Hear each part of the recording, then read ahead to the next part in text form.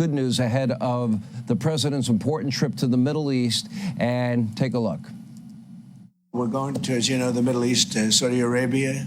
We're going to UAE and Qatar, and that'll be, I guess, Monday night. Some of you are coming with us. I think before then we're going to have a very, very big announcement to make, like as big as it gets, and I won't tell you on what. But it's going to, and it's very positive. I'd tell you if it was negative or positive. I can't keep that out. It is really, really positive. And that announcement will be made either Thursday or Friday or Monday before we leave. But it'll be one of the most important announcements that have been made in many years about a certain subject, very important subject. Now, this is much more than the looming truce between the U.S. and the Houthi rebels out of Yemen that the president announced earlier today. So pay close attention to the White House this week, because big things clearly are in the works. Now, unfortunately, this does not apply to Canada. Big things are not quite happening there, at least not yet. Canada just elected a far left-wing prime minister named Mark Carney. We will introduce you to Mr. Carney in only a moment. But first, let's set the stage. For months, President Trump has openly and pretty aggressively criticized the government of Canada. He frequently called on the country to become our 51st state. He mocked their old prime minister, Little Justin, as I affectionately referred to him, calling him Governor Trudeau, and even imposed heavy reciprocal tariffs against our neighbors to the north. And despite all of this, Canada's newly elected prime minister, in many ways forced to swallow his pride and travel to the White House and meet with the president. Here's a simple truth to our friends in Canada. And as the president did reiterate many times today, they are our friends from Canada. They will continue to be our friends. But Canada absolutely needs the United States for their very survival. As the president rightly pointed out, right to Carney's face, we don't really need them for anything. Take a look. We don't really want cars from Canada. And we put tariffs on cars from Canada, and at a certain point, it won't make economic sense for Canada to build those cars. And we don't want steel from Canada because we're making our own steel, and we're having massive steel plants being built right now as we speak. We really don't want Canadian steel, and we don't want Canadian aluminum and various other things because we want to be able to do it ourselves. And there's no reason for us to be subsidizing Canada. Canada's a place that will have to be able to take care of itself economically. I assume they can. We protect Canada militarily, and we always will. We're not going to, that's not a money thing.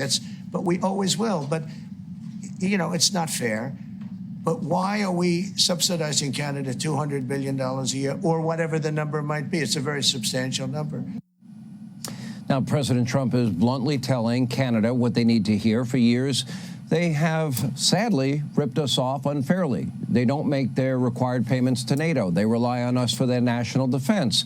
They put restrictions and tariffs and other taxes on American-made products while enjoying free access to our markets. In fact, almost 100% of their major businesses rely on you, American customers. They also often use our technology, our medical advancements, without adhering to the same patent laws. And yet their leaders have often whined and complained about everything we do while hurting our great American businesses, our industries. In fact, Canada's new far-left prime minister, he once threatened to seize capital from companies that do not advance Canada's climate radical agenda. Take a look.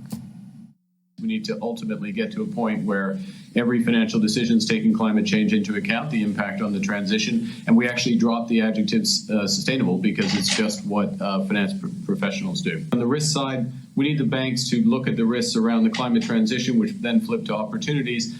On the opportunity side, it's really about looking for and at transition plans from all companies and backing those who are part of the solution and taking capital away from those who are part of the problem. Now, in addition to using the climate crisis to impose government control over businesses, a.k.a. socialism, Carney is also a big fan of censorship. In fact, in April, he threatened America's social media platforms with a not-so-veiled shot at X. Take a look at this. Large American online platforms have become seas of racism, misogyny, anti-Semitism, Islamophobia, and hate in all its forms. And they're being used by criminals to harm our children. My government will act. Just to be clear, that there is no free speech in Canada. If you say or write something the government finds offensive or labels as misinformation, you can actually get arrested. Carney is offended by our freedom of speech. He seemingly wants to ban our social media platforms from his country and shut down all dissent. He wants to use the climate crisis hoax as an excuse to steal from our businesses and control their means of production inside of Canada. So the president is right to hold them accountable.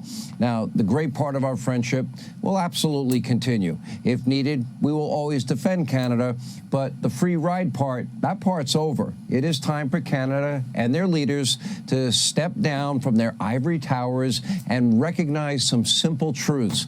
We have leverage. We hold the cards. It would be nice if they would show maybe a little bit of gratitude and make a free and fair deal with the U.S.